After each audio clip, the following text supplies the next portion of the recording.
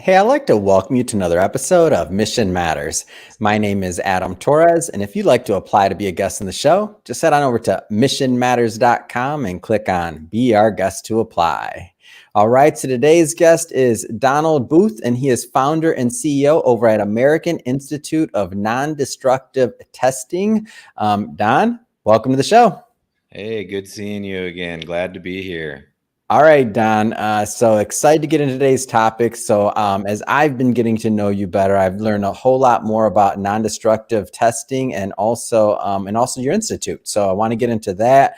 I know you also have a book coming up that you're in the middle of writing. We're going to talk about that too. My audience knows that I love to support and promote authors. And then of course, we're going to get into some of the, I think last time I talked to you, you were in Costa Rica and you're working on some projects out there. So we got a lot to cover today, Don, but we'll start this episode the way that we start them all, with what we like to call our Mission Matters Minute.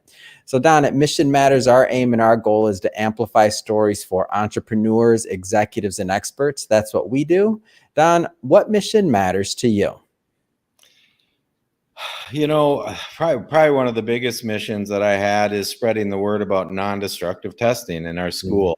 When I started the school, I had been in the career of being an inspector, a technician for non-destructive testing, but I really enjoyed, teaching, my assistants when people enter into the career. So I enjoyed teaching and I kept getting assistants, and then they would become inspectors. And then finally, I just saw this opportunity where I thought there was a need for education and a better way to deliver it for our industry, and just to amplify the skilled trades, which we know is a big topic these days.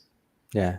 It's great and great having you on. One of my passions, for my long-term listeners, they know I'm from Michigan originally, so I come from a skilled trade family, and I mean that's all I knew growing up as well. I thought I was going to enter the skilled trades as well, but had some ended up working out in some other ways. But big fan of the Midwest, big fan of actually producing things. So I'm in for all of that. And I guess I want to stay kind of earlier in your career for a bit. Like, when did you get introduced to this? And like, how did this become a career for you, even before the Institute and everything else? Like, how'd that start for you? In 2016, previous, I'd been an entrepreneur and I'd owned a few companies, a marketing company and various companies, and I sold one. And not to go too far back, but at that point, I took a couple of years off and I traveled in Jamaica, and I traveled around Europe a little bit and spent some of that money. And then, a couple of years later, I had to decide what to do with myself. And a friend of mine was working in Alaska for not doing non-destructive testing. And I was like, that's so interesting. What is non-destructive testing? Of course, everyone knows HVAC and plumbing and electrical and roofing. And so For sure. I went back to school at 38. And I said, I'm going to go. I've had a good time being an entrepreneur, with some wins and losses over my young years. But I went back to school for a year, and I got hired in Alaska, and I spent 8 years up there. I'd work 21 12-hour days in a row. Wow. And then I had 21 days off.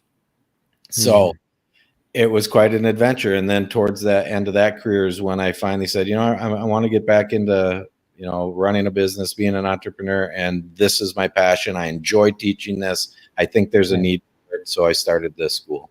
Yeah. Let's set the stage. Go a little bit further into what non-destructive testing is, and maybe some use cases. So for the audience that haven't heard of it, they'll kind of get a better feel. Yeah, absolutely. Because everyone tilts their head and looks at you funny when you say non-destructive testing. So I've noticed that over the years. So non-destructive testing is utilizing radiographs, X-rays, ultrasound, magnetic particle, visual inspection methods, among many others, to inspect spacecraft, aircraft, bridges, pipelines, refineries, nuclear facilities. When SpaceX is building a rocket, right? Yeah. And they're welding the parts together and casting parts and all these different ways of manufacturers, casting, rolling, forming, forging.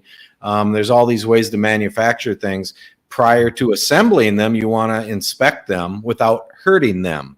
That's non-destructive testing, right? non-destructive. You're not going to hurt the part. We're going to take an x-ray. We're going to look inside and make sure that there's no void in there that's going to break right in the middle of launch. So prior to launch or prior to putting a product into service, during the manufacturing process, we look at it and we inspect it and we ensure its integrity. Then we put it into use. Now that pipe is for the pipeline that's been inspected prior to use, now it has cyclical fatigue, vibratory fatigue, corrosion, erosion, thermal fatigue, all these different damage mechanisms. And so after it's in use, we inspect it to make sure it doesn't fail. So that's non-destructive testing. We like to say creating a safer world. And so for you, like does this lead to a lot of travel, or does this lead, because it sounds like all the different use cases you're saying, like you're going to different sites, right?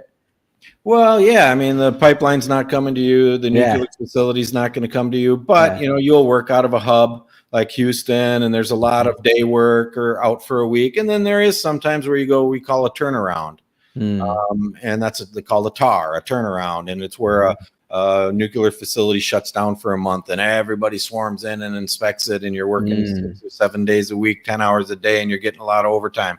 But then there's people like Gulfstream, right? The aircraft manufacturer. They come to our school to hire our graduates, and they have a factory that they just need people there Monday through Friday inspecting the parts they manufacture. So there is a lot of trade, I would say, travel. There, you know, there's probably more of that. But there are stationary jobs for people who want to be home at night as well.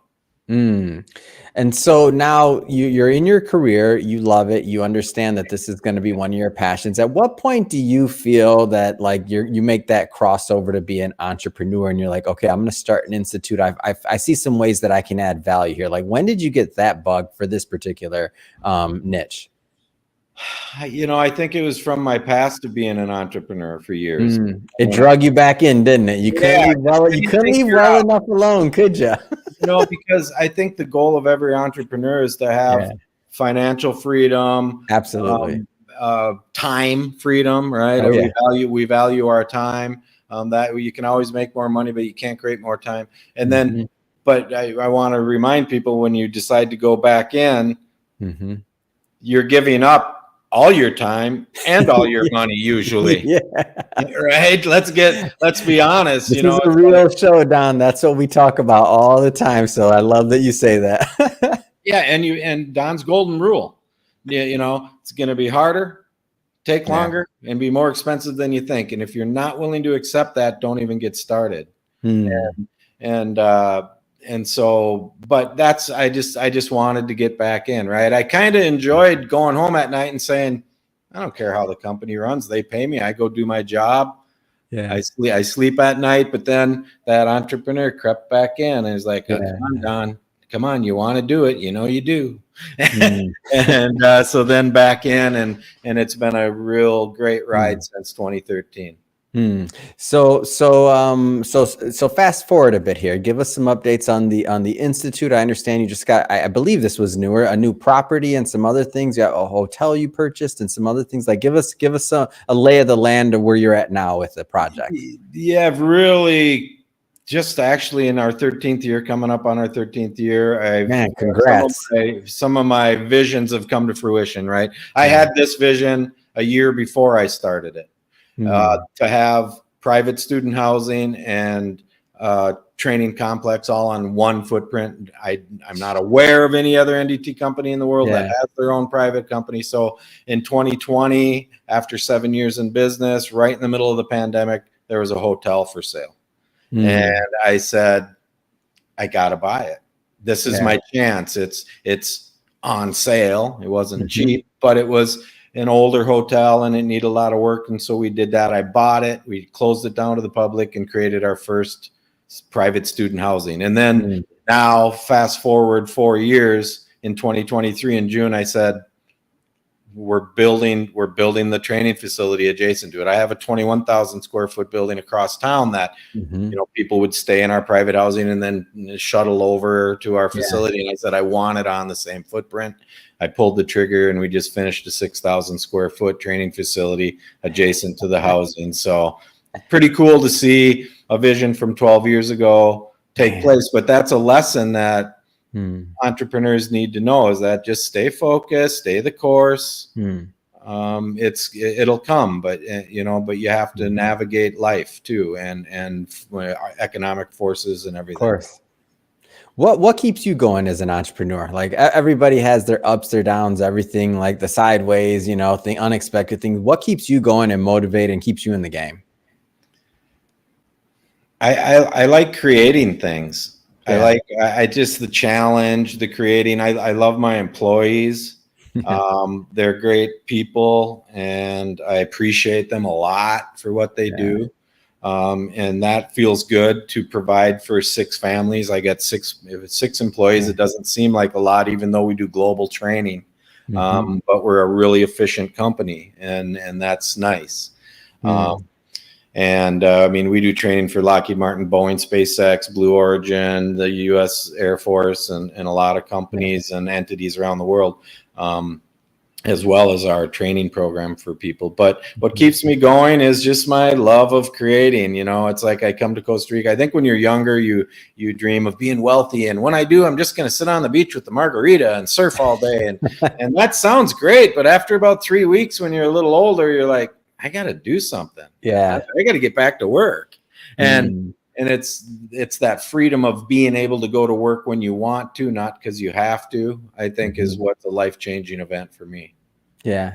To me, it's always like this thing of purpose. Like you gotta wake up in the morning and want to do something or feel like you're a part of the world, right? Like in whatever it is, and you got to feel like you're contributing. Everybody wants to be of value and give some value to something, whatever their version of that is. So once you lose that, it's like, Yeah, it's true. And when you're younger, you don't, not, there's always exceptions of the rule, sure, but you don't notice that. You dream of those other things that you can't yep, afford to have. And I still like a margarita on the beach. Don't get me sure, wrong.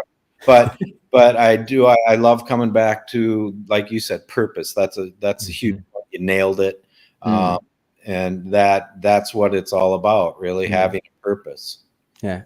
Speaking of purpose, like one of mine is to shine more light on the skilled trades, on the Midwest, on other manufacturing, and just opportunities for people. Just because I feel like the media doesn't do it quite as much as it can. Sometimes I feel like all that gets the big media attention is going to be your influencers, what's going on the coast, L.A. movies, New York, what's going on there, or even globally, what's going on there. But like shining a light on opportunity for people that are looking for it. If somebody's watching this and they're one of those that next generation, or they're entering the workforce and otherwise, why would you say that this particular field of non-destructive testing could be something interesting that they'd want to look into or pursue? Like, talk about the opportunity. First of all, I'm gonna preface this a little bit.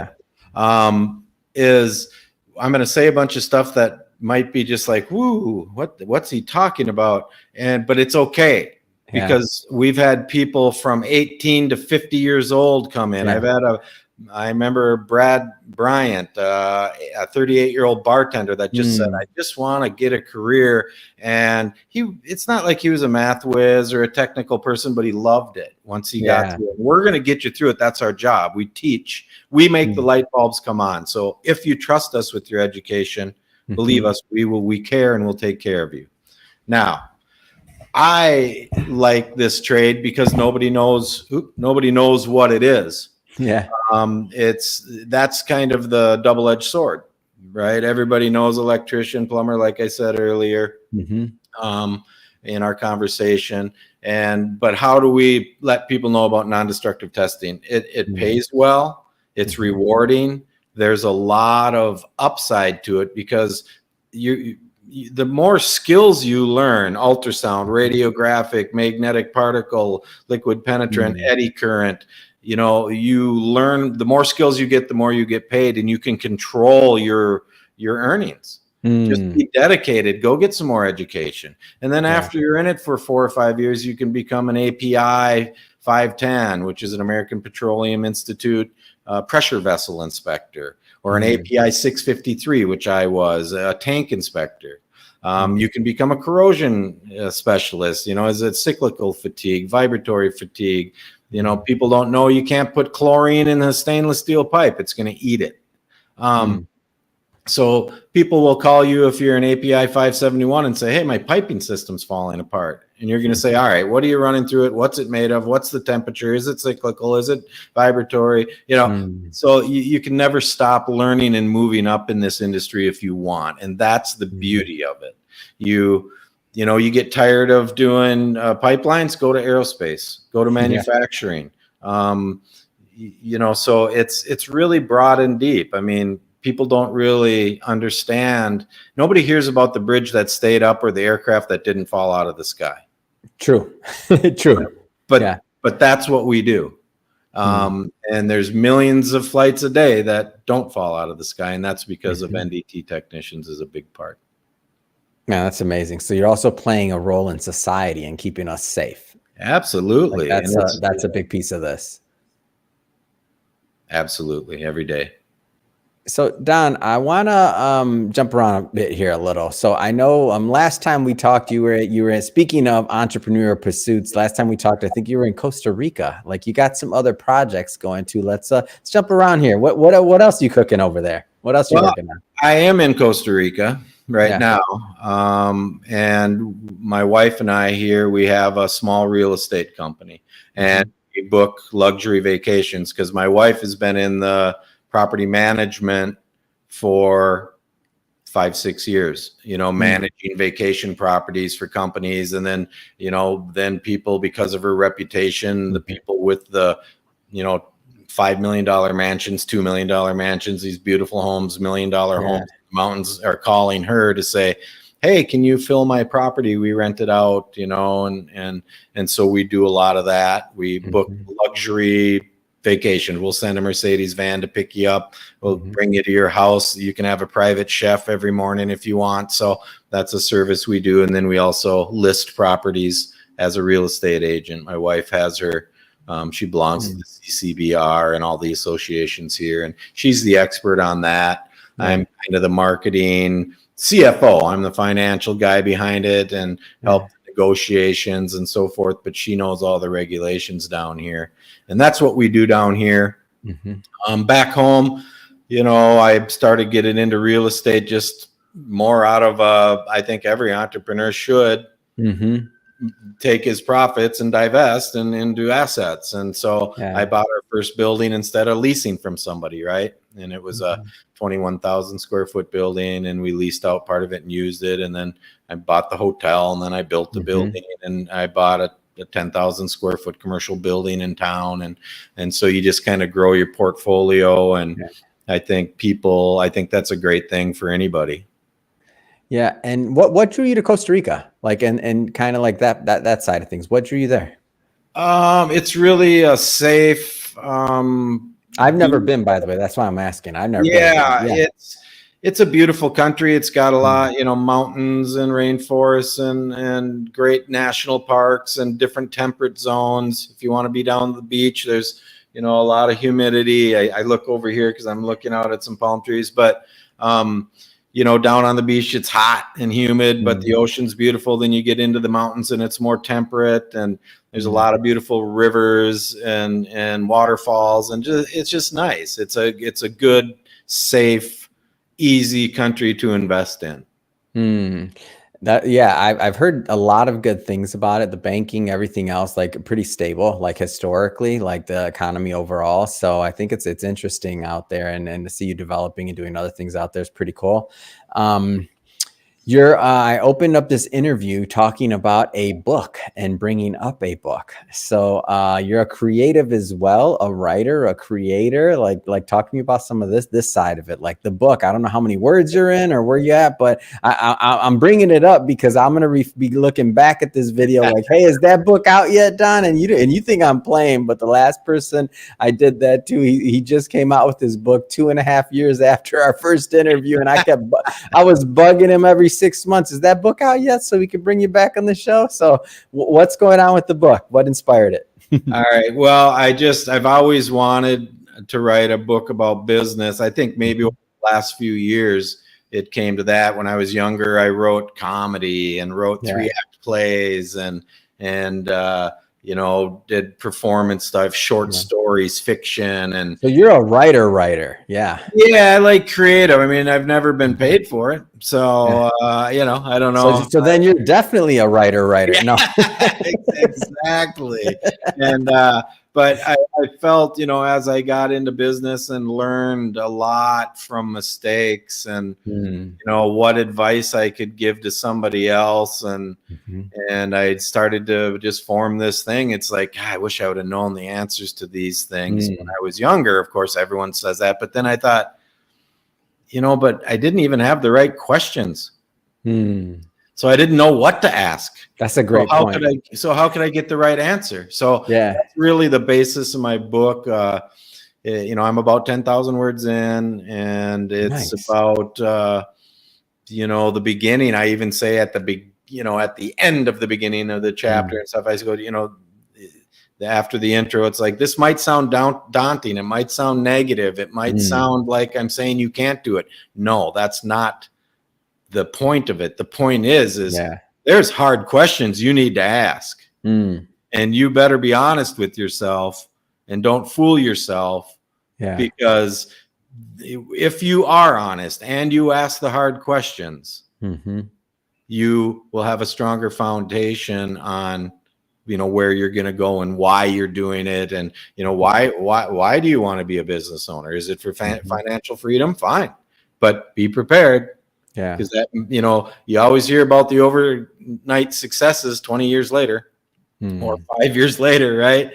Why do you want it? Do you want to be famous? Do you want to be wealthy? Do you want to leave a legacy for your children? Those are great reasons. And it's a very personal, the whole first part of the book is really in-depth personal questions about where you are. Do you have the support of your spouse? How are you going to handle the stress so it doesn't affect your health? Those sounds like a lot of practical information too. Like, this isn't like just like pie in the sky, like what ifs. Like, you're giving super practical things too. Am I off on that? Well, no. And I think I even get more into this. The latter part of the book is, now let's talk about accounting. Let's talk about marketing. Let's talk about banking. Let's talk about finance. Let's talk about insurance. So those are going to be real practical things to consider. Marketing is not an easy animal. You can spend a lot of money sometimes and get no results, and that hurts. That's true. And so how do you target your market, and who is your market? And are you trying to create a product? Are you trying to find a market for your product, or are you trying to create a product to serve a market? You might come up with a widget and say, man, I love this thing, but nobody else does. And so it's a lot easier to find a market and try to solve a pain point for them and offer a service to feed that market than create a market. Yeah. Right.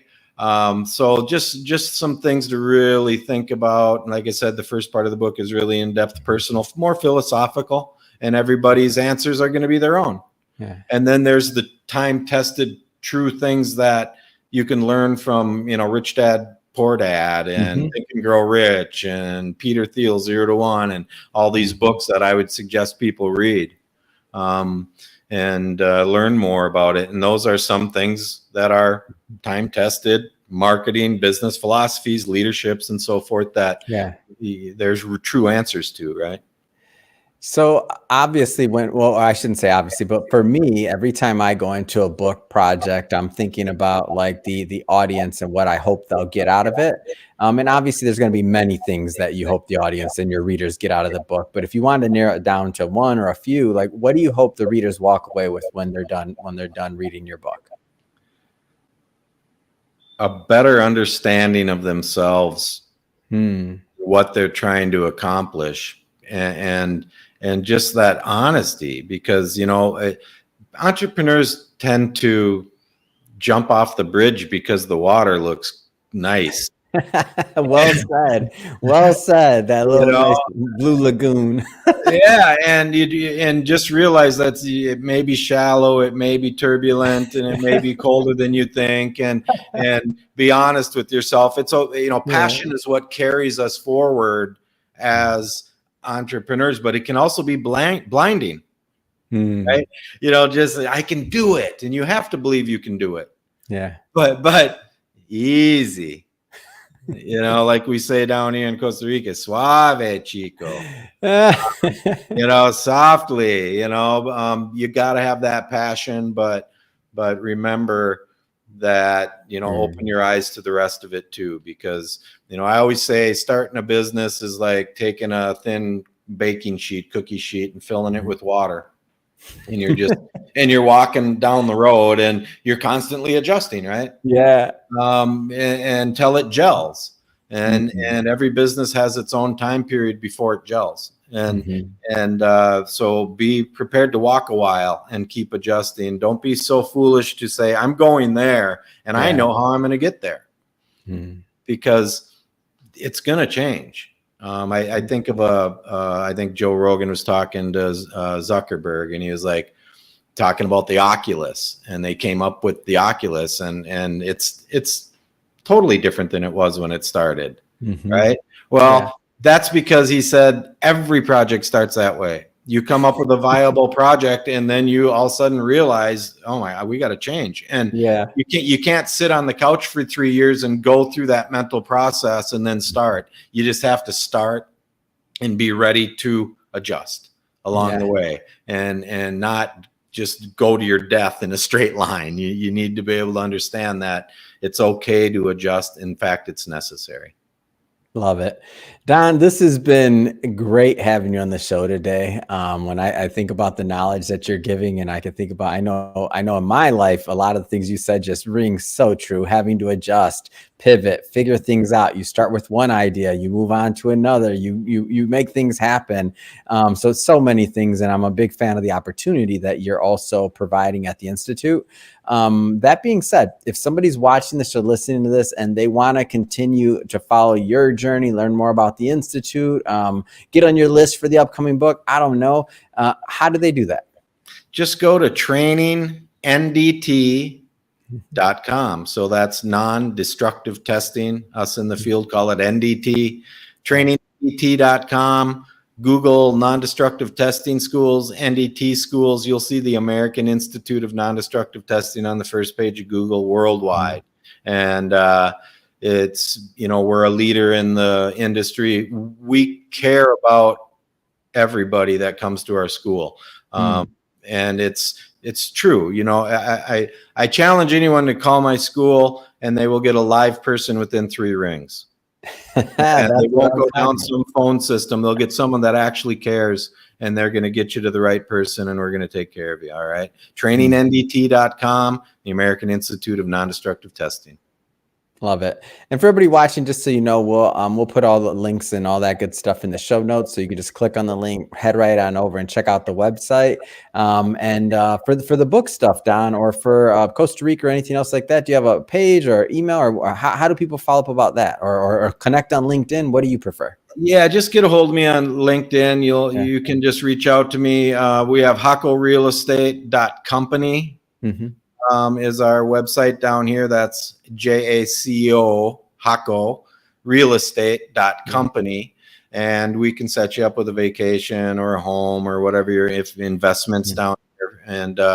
And as far as the book, I would suggest watch our next episode when I complete it. Yeah, that's what I'm talking. You notice I had to ask. I wasn't letting you off the hook on that one, Don. and gotta push a little bit. I love when someone starts a book, but I love it even more when they finish. So I got to give you razz you a little.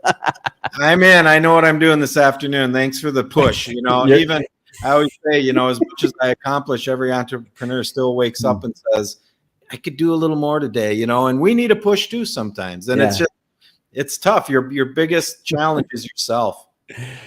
Don't I know it, and don't our viewers know it too, that are honest with themselves? And speaking of the viewers, if this is your first time with us and you haven't done it yet, hit that subscribe button. We have many more business owners, entrepreneurs, executives, thought leaders, pioneers coming up on the show. This is a daily show. Each and every day we're releasing new episodes. We don't want you to miss the thing. Hit that subscribe button. And Don, again, thank you so much for coming on. It's really been a pleasure.